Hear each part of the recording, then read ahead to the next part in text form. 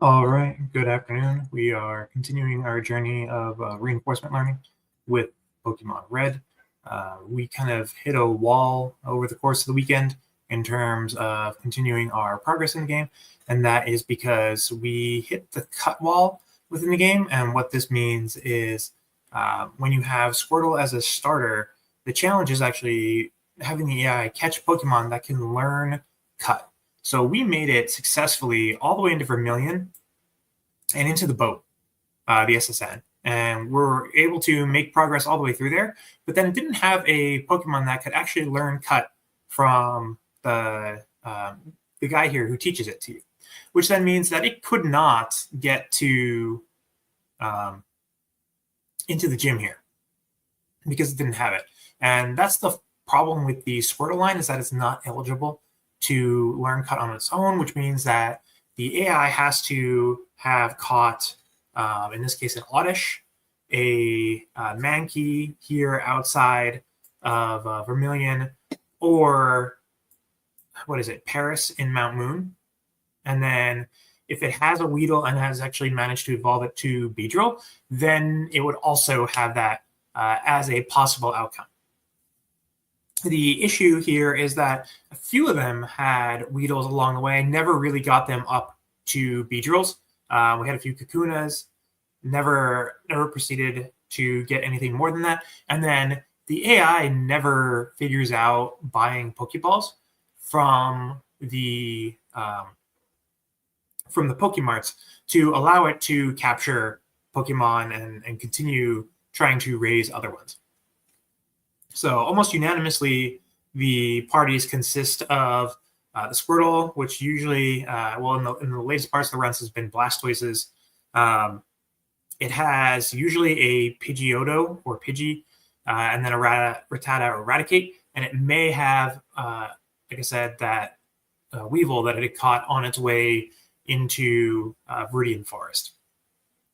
Other than that, it's really rare for it to really have anything else. It gets the Magikarp at Mount Moon because you get free progress in terms of getting level rewards. You get a captured Pokemon for it, and it costs it money, which it doesn't really use for anything else. So it's like a no-brainer in the game for it to do it. And then I think there's an event for that as well. So it's a large influx of points all of a sudden for doing so.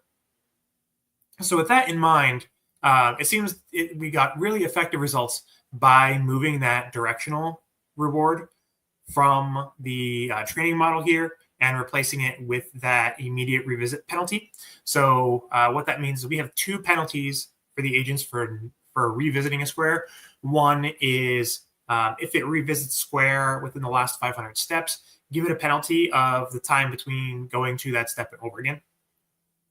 So and then there's a second penalty where if it revisits the same step or the same location in a step without or within the last 100 steps, then we give it a full 5-point penalty.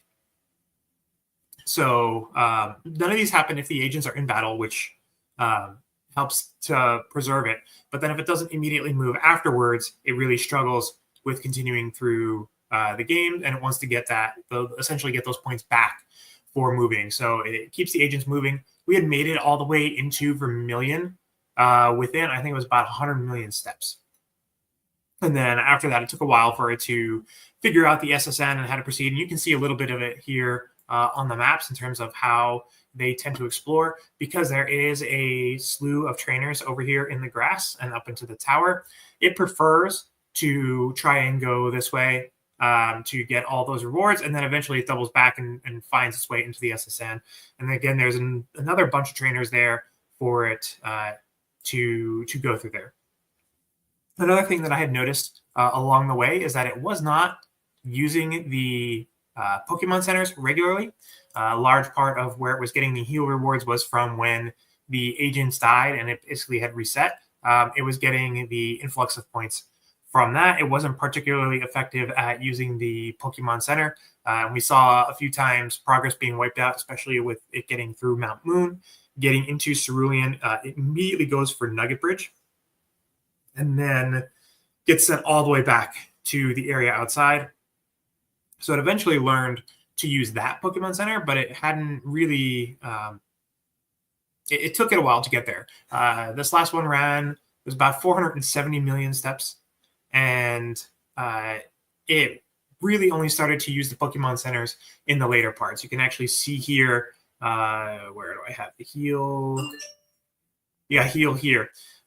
Where it started to try and figure out better how to actually use the heal function. These last couple, in general, are not great because it was just running towards the end of the cycle, couldn't figure out ways for it to continue getting more in terms of like the event score here. You can see it pretty much peaked. Where are we at? Right about the halfway point of this. So right around the 200 million step mark in terms of getting more event. And then it was experimenting to try and find out what it could do to capture more of the reward. Same thing here, exploration capped out because it's confined to those areas in the map until it learns cut. There's no way for the agents to continue to proceed.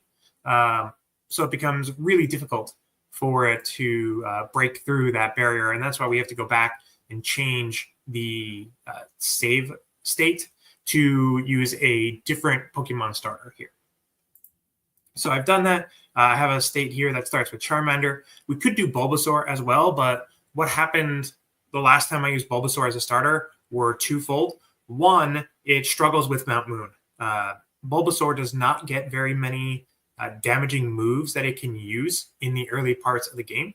Leech Life is also a problem because it then generates a large amount of points by essentially exploiting it in battle.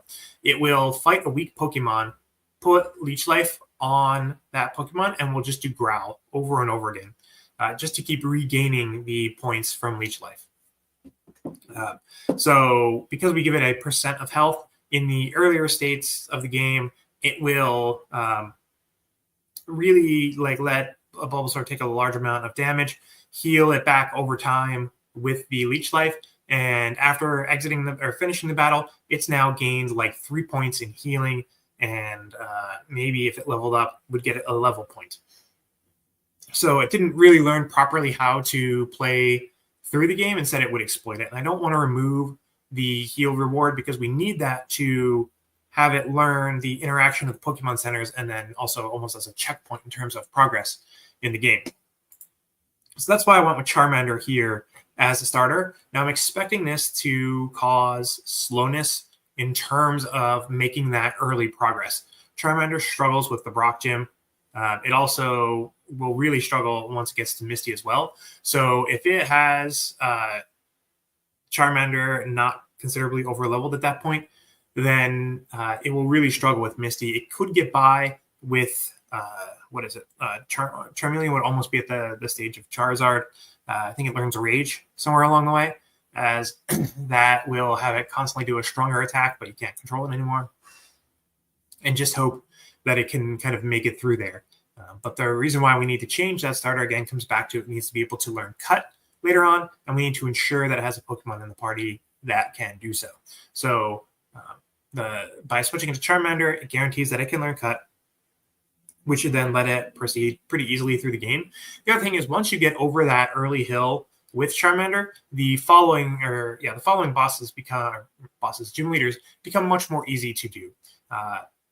When you're fighting against Surge, as long as it hasn't evolved into Charizard yet, it's neutral damage to one another. It's usually also quick enough to beat the speed of those electric Pokemon, especially if it did evolve into Charizard, and strong enough to one-hit KO most things that will occur along the way. And then Erica afterwards, they're all grass types, so steamrolls that one. The game becomes considerably easier for it once it would have Charizard and we have learned Cut. The later points of the game when we need to learn things like Surf and what's the other one? Surf and Strength. Again, Charmander can learn Strength. Surf, theoretically, I think there's a Lapras you get somewhere along the way that you can teach it how to do that. So it doesn't, it isn't going to be reliant really on specific Pokemon at that point. The only thing we have to hope is that the party is not full, so that way it can take Lapras into the party and then teach that Surf when we get there, which that's a long ways away in terms of progress. So overall, we're making good progress. This is going to go for, or I'm going to let this run for the next 2 days. We'll be probably, I would say, probably just getting through Cerulean at that point, but we need to give it some time to run through everything here. We're not going to adjust any of the reward ratios from this point. We're going to keep it kind of the same way for now, just to see if we can get back to that same progress here. So really the only thing that's changing here is the state file. It's just going to start with Charmander instead of Squirtle. Everything else will be kind of the same along the way. And then the other thing that was interesting is the new Claude model dropped, and they actually referenced Pokemon Red reinforcement, or not reinforcement learning, but Pokemon Red as one of the baselines for progress in the game, and it was able to get to basically the same place that we just hit the wall at, which is Vermilion. Which is kind of surprising, because I would imagine as long as you can keep feeding the agent progress in the game and then asking it to do the next specific actions, it should be able to learn things along the way. I'm wondering if they are purely just giving it the image and not giving it any of the additional details that you would have, especially if you look at like newer versions of Pokemon. Usually there's 2 screens, one for the interaction, and then the other one will have things like your party or the map.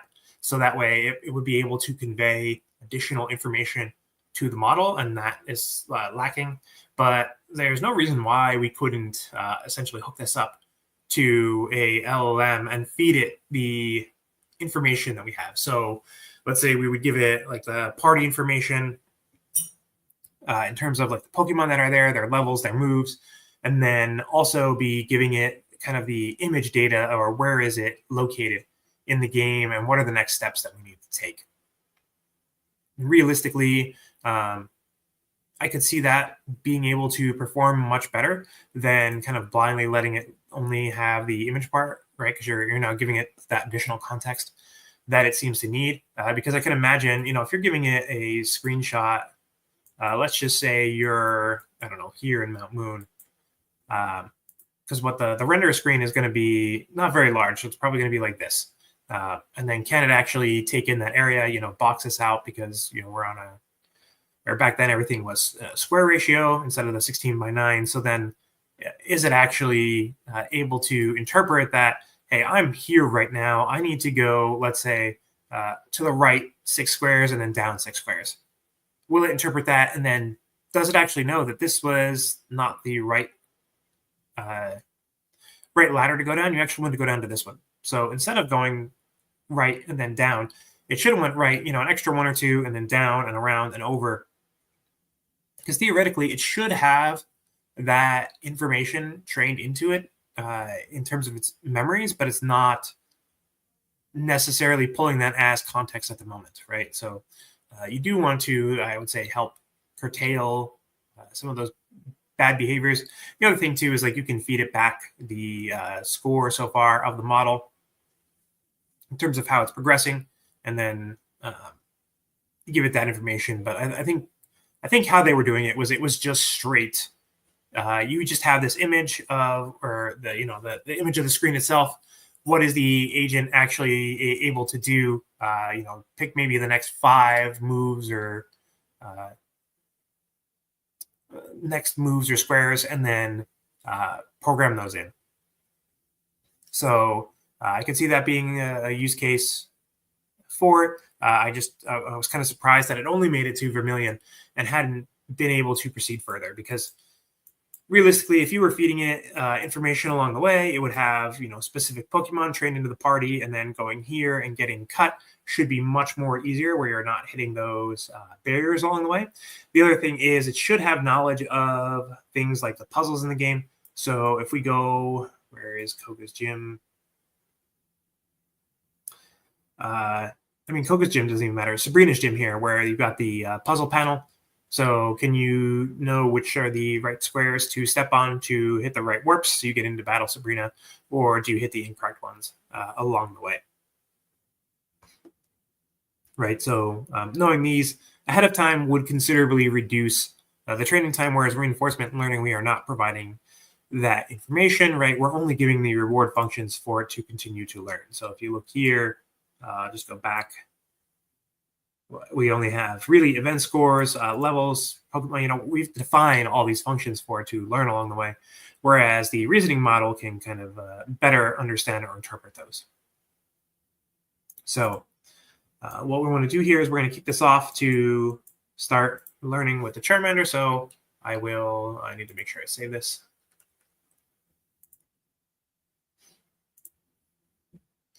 And then we'll kick this off.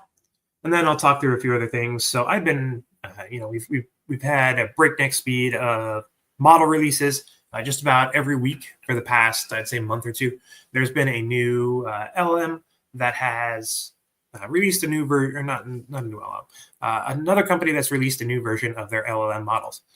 One of the things that I was surprised by is that a lot of them still aren't able to, I guess, through the UI, ingest code pretty easily. We don't have a very large file here. If you look here, and I'm only giving it this environment file. It doesn't particularly need very long.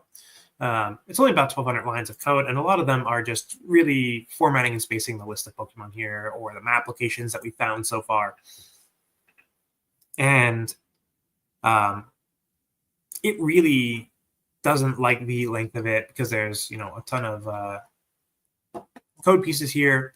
The only one that had been fairly reliable, although its code suggestions weren't great as far as that goes, were DeepSeek's models.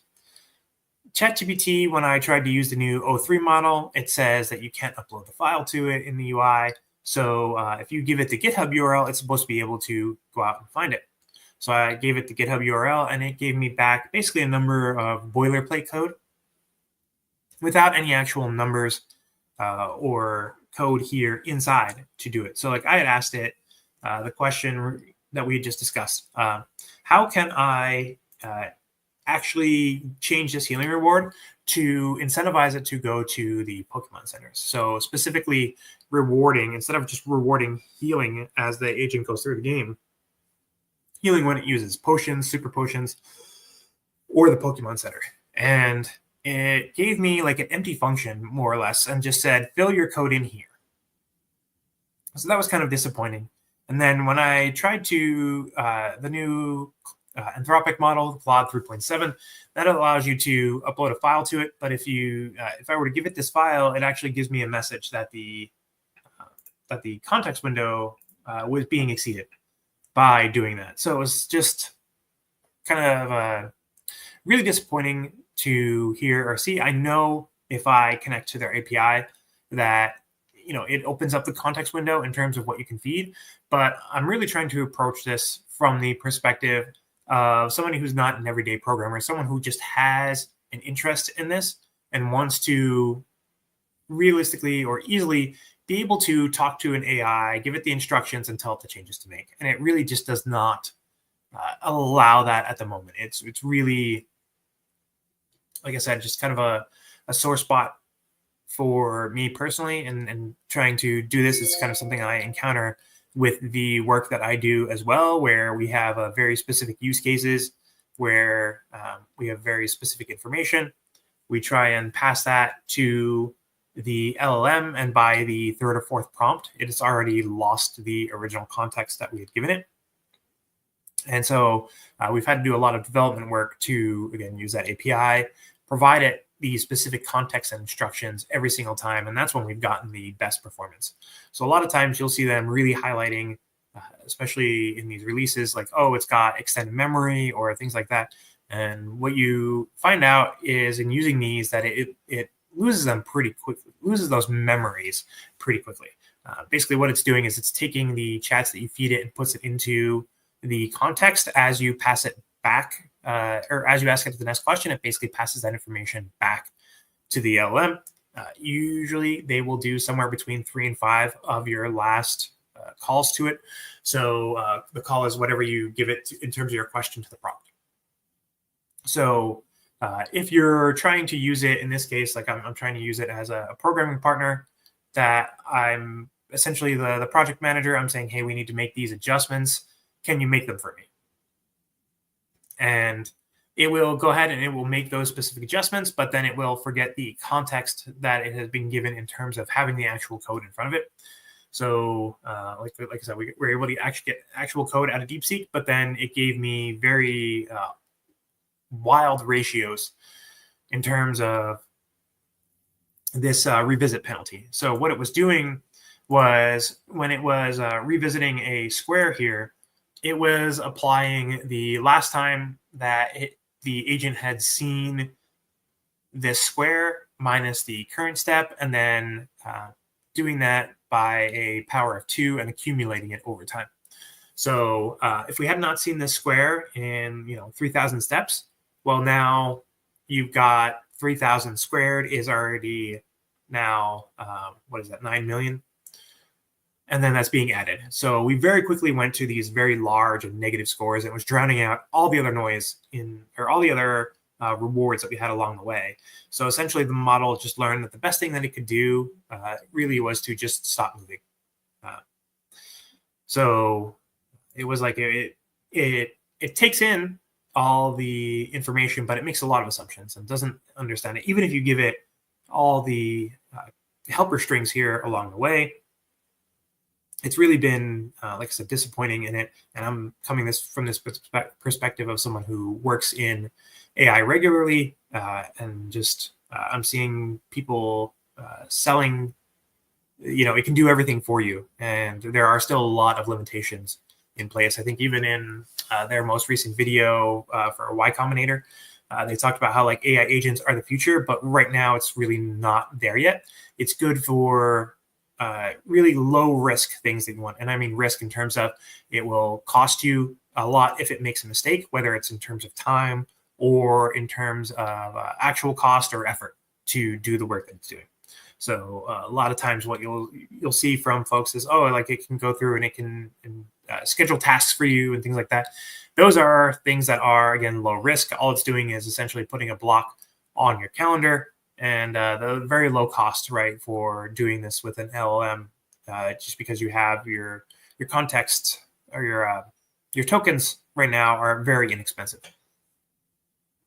But if you try and give it something larger like this, you're now giving it, I imagine all the code here, you're probably talking like 30 to 40,000 tokens in terms of the context window to then pass over to the LLM. And then even on the newer ones, the maximum window, I know Claude just said theirs is 200,000. OpenAI's is 128,000. So if you do this, like I said, 2 or 3 times, passing the information or asking it a new question, it forgets that original context that you had given it. So it no longer has the memory of your code. It's dropped that out to try and preserve that information for trying to preserve the chat history with you and try and keep those results relevant. So there's still a lot of work to do here in the AI and LLM space. It's more, I think, what the biggest benefit had been for this project is kind of getting things underway to get started, and then also going through and helping me understand specific things. So instead of being able to give it the whole file here and have all the interactions, I need to have the knowledge of these specific things. So if I say get game state reward, give me an update to this, that will help rebalance the scores. Well, I also need to provide the context of these other functions before it can do a good job of doing that, right? So this one would be complex for the LLM to actually go through and do a good job of understanding it and making changes to the scores. But something like this update hero reward, should have been easy enough for the LLM to interpret. If I say, here's my current function to get the hero reward, give me additional score only when I heal at Pokemon centers and potions instead of this current implementation. And the hope here is that this would go much more smoothly in terms of those. So let's see if we can do that. I'm going to go here. I think I have a window. Where do I have Claude? No, that's not it. Here we go. So that's another project I'm working on.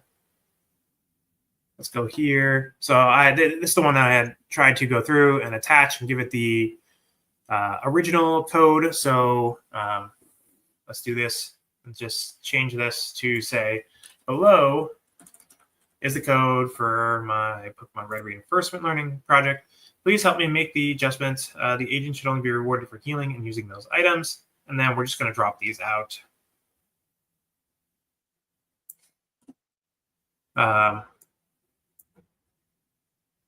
Do it this way, and then healing reward function.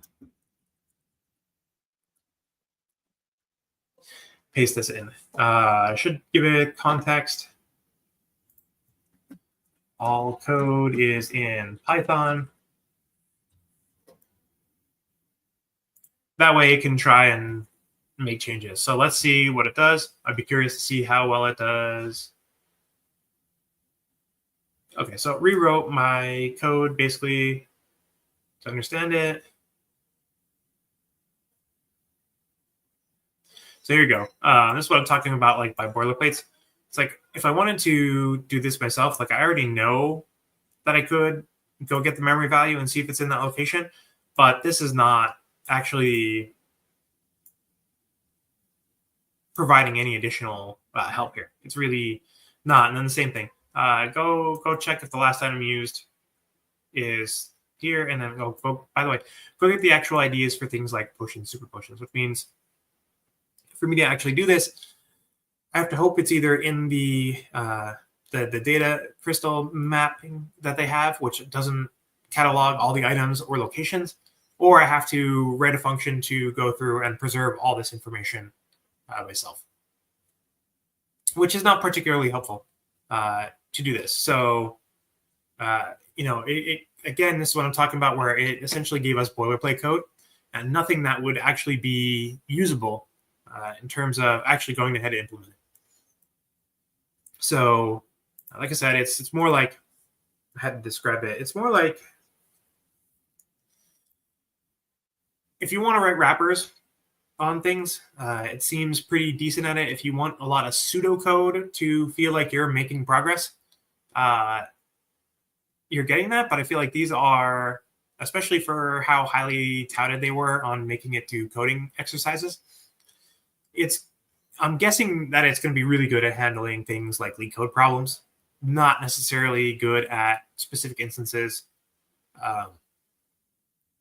here, even though we gave it the proper context, right? It's really just inferring from, okay, it's a set memory value here, so it looks like there is something that it can leverage, right? Because I didn't tell it anything about that function. It just assumed it could use that, right? So we go back to the code here. Get memory value. So if I had a set, it assumes I have a get. And then I didn't give it, well, did I give it context on the reward? No, I did not. Oh, yeah. Right? Yeah. I didn't give it the context in terms of what it did. So it just inferred that I'm using these byte values for doing that. So it kind of jumped the gun on how to actually do that. It didn't ask a question, right? If this is how it's actually being used. It just tried to assume that I had done so. And then, let's see. So if it's at the Pokemon Center, okay. Or if the last item used was a healing item. The issue with the last used item is that if it takes another step, this now has to update again. Right, so this is not taking into account the fact that, well, it has no context for it. The fact that we are checking every single action that it takes, and that it's going to check the last item.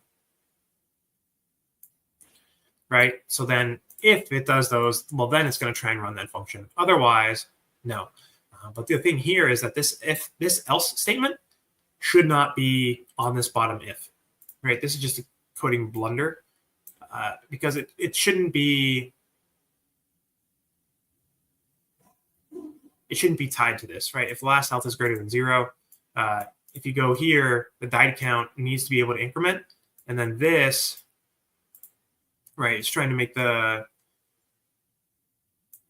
things, yeah. It's trying to make the code more consistent here as well, but it doesn't necessarily need to do that. There's no reason for it to go through and do that. We didn't provide it. So basically it just shifted everything in. It wrote 2 boilerplate functions and just said, go ahead and actually fill those in. Right? And the purpose of the prompt here is for it to do that code for me. Right? That's the original part of what we had asked, right? Please help make code adjustments for the following issues. Agents should only be rewarded for healing in a Pokemon Center or using items. It's like I would say like this is almost treating it like if you were to ask it an interview question. Oh, this is how I would implement this. And it wrote a lot of helper code or not necessarily helper code. It wrote, like I said, a lot of wrappers here to actually go ahead and do something. But when it came to actually putting those codes in, it didn't, there's nothing that would be useful or make an impact to the project here. And I think that is maybe the key thing to focus on is, are these actually impactful changes that it's making? And the answer is no. It is going through and providing this wrapper to check if that it's at a Pokemon Center.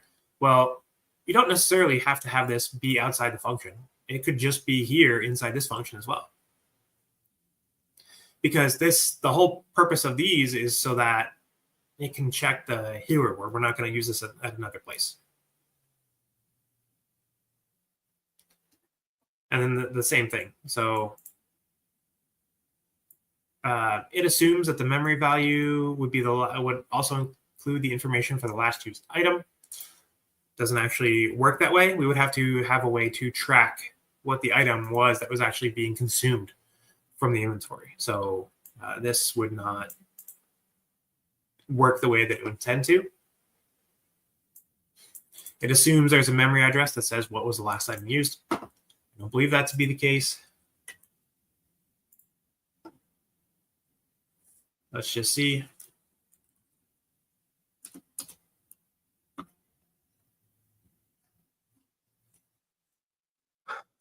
Items, it's just we would have to go to the items here in the player's inventory, and we would need to see if any of these items, first check if it is actually a potion, and then check if they decreased. So to do this, we would now have to track 20 more pieces of information. Not too bad in terms of things, but this starts to get expensive pretty quickly. Then we need to check if any of those items had changed. We need to be able to do this all in the fraction of the second, or in the second that it's taking to process each of these steps. So, like I said, it's not particularly, it didn't provide any useful code here. It said, sure, I can do this for you, but then came back and gave me a bunch of wrappers. So what I will do is I will continue working on some of the mapping exercises here to try and work out what some of these values are to put these in here or see if there are locations. So I had started to work out the map locations. So the third part that we get back in terms of the IDs as the players move around is their location here. So you can see here, surprisingly, not surprisingly, the first couple towns are 0, 1, 2, 3, I would imagine, and you can see the numbers kind of jump around a little bit as we encounter them. As we continue to get further, there will be more and more of these. You can see the badge check houses here later on. I just put it, it's needed to be guessed. We need to update these later. I have the Pokemon Center all the way up to Route 3, but I need to continue gathering these map locations and try and see where they are. There was one weird instance where it was coming back with an application of 255. It was coming back as one of the houses here in Pewter City. As a out of range location. So I need to make adjustments for that as well. So we kicked this off, right? Yeah, we're still here. We do have a few who are out running out and about, so we are seeing them go through here. We are getting a few event scores here. You see one that's already 80, levels 10. That's pretty good. So it probably captured a Pokemon. Yeah. because we're getting 4 points per captured Pokemon. So 12 means that this one has 3 Pokemon. So the starter, 2 others caught. So we're starting to see that, and you can see here this immediate revisit penalty really starts to keep them moving. You can see it kind of fluctuate from time to time to really try and get them out there. I do see a fair amount of fluctuation too in this capture score. So the hope here is that they continue to make progress in the game. And we'll check back in on Thursday to see their progress. So don't be surprised if we see good results. We're running about 1,000 frames per second, a little bit slower than that. Part of that too is just that I have the stream going now, so we'll get probably about 100 frames per second back after this ends. But I hope to see continued progress here. So we'll shift to Charmander. About 200 million steps. I would hope that we are making it through Mount Moon and in the Cerulean at that point. That's where, at least where I hope to be, but we'll check in on Thursday and see where that is, and hopefully we can continue having that good progress. So that's all for today. We'll be back online, like I said, on Thursday. I may try and throw in a stream tomorrow evening. We're just going to do some experimentation with the newer models to try and see, like I said today, just giving it a specific example from our current issue that we're trying to work through as a code assistant. It was not particularly effective in doing so. So we'll hope to see more progress here. So please feel free to make sure you like, comment, or ask any questions here. We're starting to see a few more across some of the videos just as people start to get interested in the project. I'm available in the comments to help you get set up. And then as always, I try and update the GitHub repo with the most recent version. So if you're watching an older version of the video and you're wondering why some things aren't lining up, it's just because what you have now in that repo should be the latest and greatest. It's going to be the most up-to-date version of the code that I have. So that's all for today. Hope you all have a great day, and we'll see you again on Thursday.